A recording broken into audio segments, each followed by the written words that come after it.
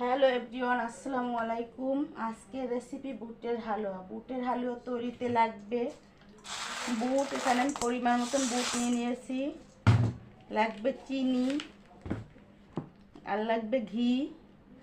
এখানে আমরা ঘিয়ের বদলে আপনারা তেলও ব্যবহার করতে পারেন, কিন্তু ঘিটা দিলে বুটের হালুয়াটা অনেক বেশি স্বাদ হয়। আর লাগবে লবণ। এখানে নিয়েছি তেজপাতা, দারুচিনি আর এলাচি। আর আমি এখানে গুঁড়ো দুধ ব্যবহার করব। এটা আমি লিকুইড দুধ দিয়ে গুঁড়ো দুধটা গুলিয়ে নিব। এখানে চাইলে আপনারা লিকুইড দুধও ব্যবহার করতে পারবেন। এখন আমি এই দুধটা নর্মাল পানি দিয়ে ভিজিয়ে রাখবো।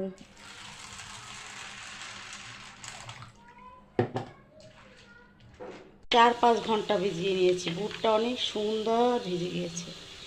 এখন আমরা এই বুটটা সেদ্ধ করে নেব। এখানে আমি 1.5 কাপ বুট নিয়েছিলাম। এখন এই বুটটা আমরা সেদ্ধ করে নেব।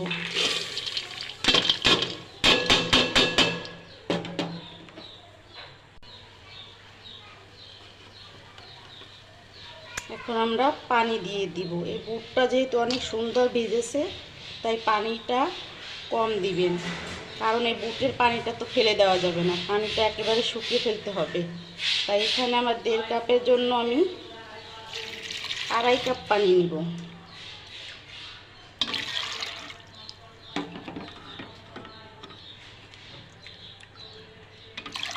ব্যাস। এই পর্যায়ে একটা কথা বলে নিই, যদি আপনাদের হাতে 5-6 ঘন্টা সময় না থাকে, তাহলে কুসুম গরম পানিতে এই বুটটা ভিজিয়ে নেবেন এবং যখন সেদ্ধ করবেন তখন একটু বেকিং সোডা দিয়ে দিবেন। এমনি ভিজিয়ে নিলে তাহলে বেকিং সোডা বা কুসুম গরম পানিতে ভিজানো লাগবে না অনেক সময় হাতে থাকলে।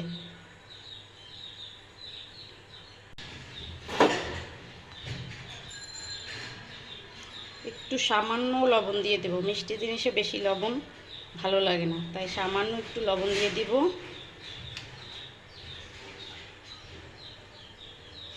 আর একটু হলুদ গুঁড়ো দিয়ে দেব সামান্য কালার আসার জন্য। আপনাদের কাছে যদি জর্দার রং থাকে তাহলে জর্দার রংটা যখন হালুয়া বানাবেন তখন দিয়ে দিবেন। আমার কাছে জর্দার রং নেই, তাই একটু হলুদের গুঁড়ো দিয়ে দেব। আর আপনারা যদি হলুদের গুঁড়ো ব্যবহার করেন তাহলে অবশ্যই সেদ্ধ করার সময় ব্যবহার করবেন, না হলে কিন্তু গন্ধ থাকবে। এটা সেদ্ধ হওয়ার পর এটা আবার ঘি দিয়ে ভাজা হবে, তার কারণে হলুদের কোনো গন্ধই থাকবে না, কিন্তু সুন্দর একটা কালার পাওয়া যাবে। আমাদের বুটটা সেদ্ধ হয়ে গিয়েছে। এখন আমরা এটা ব্লেন্ডারে পিষে নিব। চাইলে পাটায়ও পিষে নেওয়া যাবে। দেখেন কত সুন্দর গলে গেছে একদম। আর হলুদটা দেওয়ার কারণে দেখেন কত সুন্দর একটা কালার আসছে। সেদ্ধ করার সময় হলুদটা দিলে কোনো রকম কোনো গন্ধই থাকবে না। এই যে আমাদের বুটটা বেটে নিয়েছি আমরা ব্লেন্ডারে। এখন আমরা বুটের হালুয়াটা তৈরি করব। প্রথমে কড়াইতে ঘি দিয়ে দিব।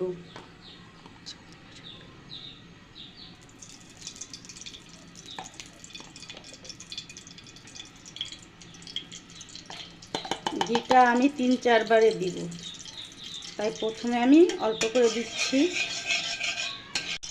এরপরে 2টো তেজপাতা দিয়ে দিব আমরা ঘিয়ের ভিতরে। দারুচিনি আর এলাচ দিয়ে দিব।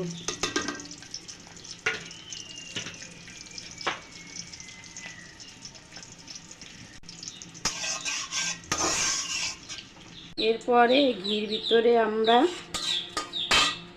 এই যে বেটে নেওয়া বুটটা দিয়ে দিব। এখন এই ঘিয়ের ভিতরে এই ডালটা অনেক সময় ধরে ভাজতে হবে, অনবরত ভাজতে হবে, না হলে কিন্তু কড়াইতে লেগে যাবে।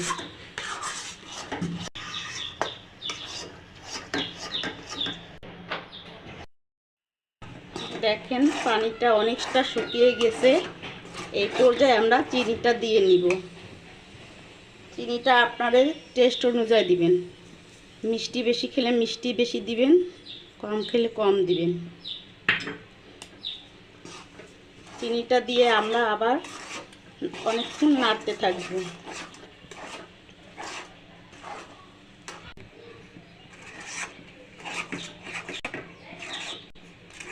চিনিটা দেওয়ার ফলে দেখেন আবার পানি উঠে আসছে। এখন এই হালুয়াটাকে অনবরত নাড়তে থাকতে হবে।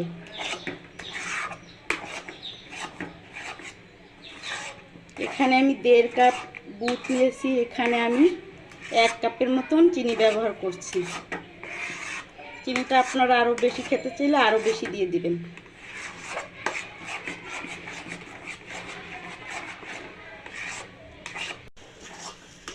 এই পর্যায়ে আমরা আবারও একটু ঘি দিয়ে নিব।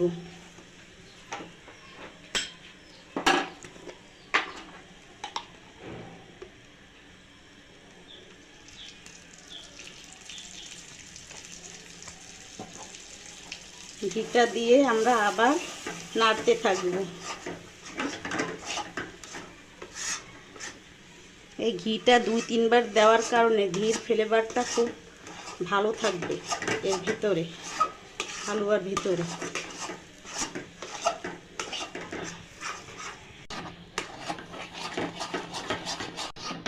এই পর্যায়ে আমরা গুঁড়া দুধ ব্যবহার করে নিব। গুঁড়া দুধের ভিতরে একটু লিকুইড দুধ দিয়ে এটা গুলিয়ে নিব।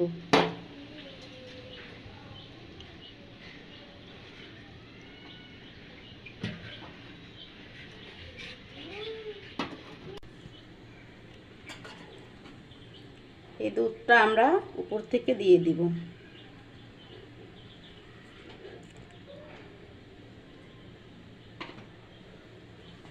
দুধটা দিয়ে আমরা আবার নাড়তে শুরু করব।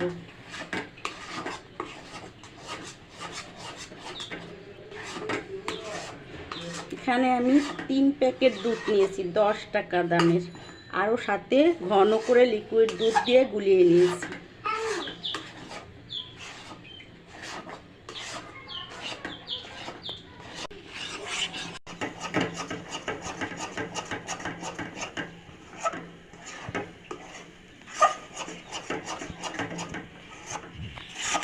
আমাদের হালুয়াটা প্রায় শেষের দিকে।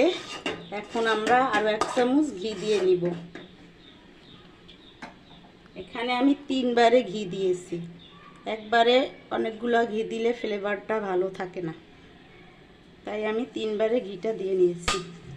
এখন আমরা ঘিটা দিয়ে আর কিছুক্ষণ রান্না করলেই আমাদের হালুয়া রেডি হয়ে যাবে।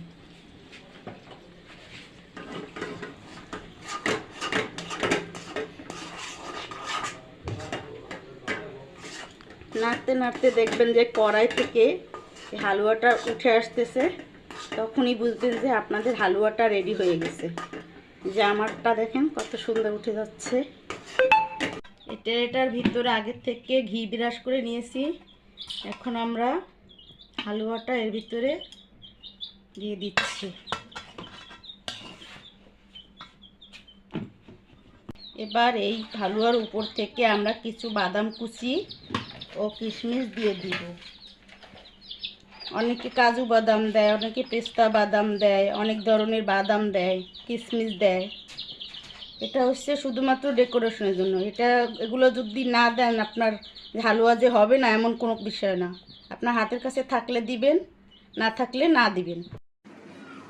এখন আমি বুটের হালুয়াটা 1 ঘন্টার জন্য রেস্টে রেখে দেব।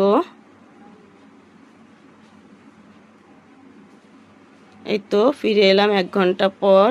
এখন আমি এই হালুয়াটাকে স্কোয়ার শেপে কেটে নেব। তো প্রথমে আমি 4-5টা একটু কেটে নিচ্ছি।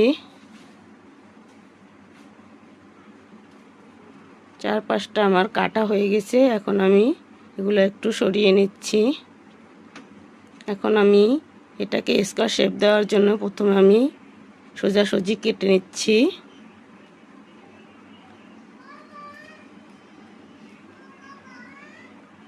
এখন আমি আবার চাকুর সাহায্যে এটাকে আড়াআড়িভাবে কেটে নিব, তাহলেই কিন্তু স্কোয়ার শেপ হয়ে যাবে। তো আমার এই বুটের হালুয়ার রেসিপিটা আপনাদের যদি ভালো লেগে থাকে তাহলে লাইক কমেন্ট শেয়ার করে অন্যকে দেখার সুযোগ করে দিবেন।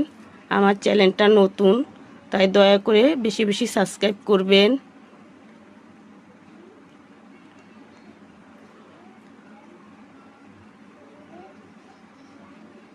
আমি 1 পিস ভেঙে দেখিয়ে দিচ্ছি, দেখেন কতটা সফট ও নরম হয়েছে।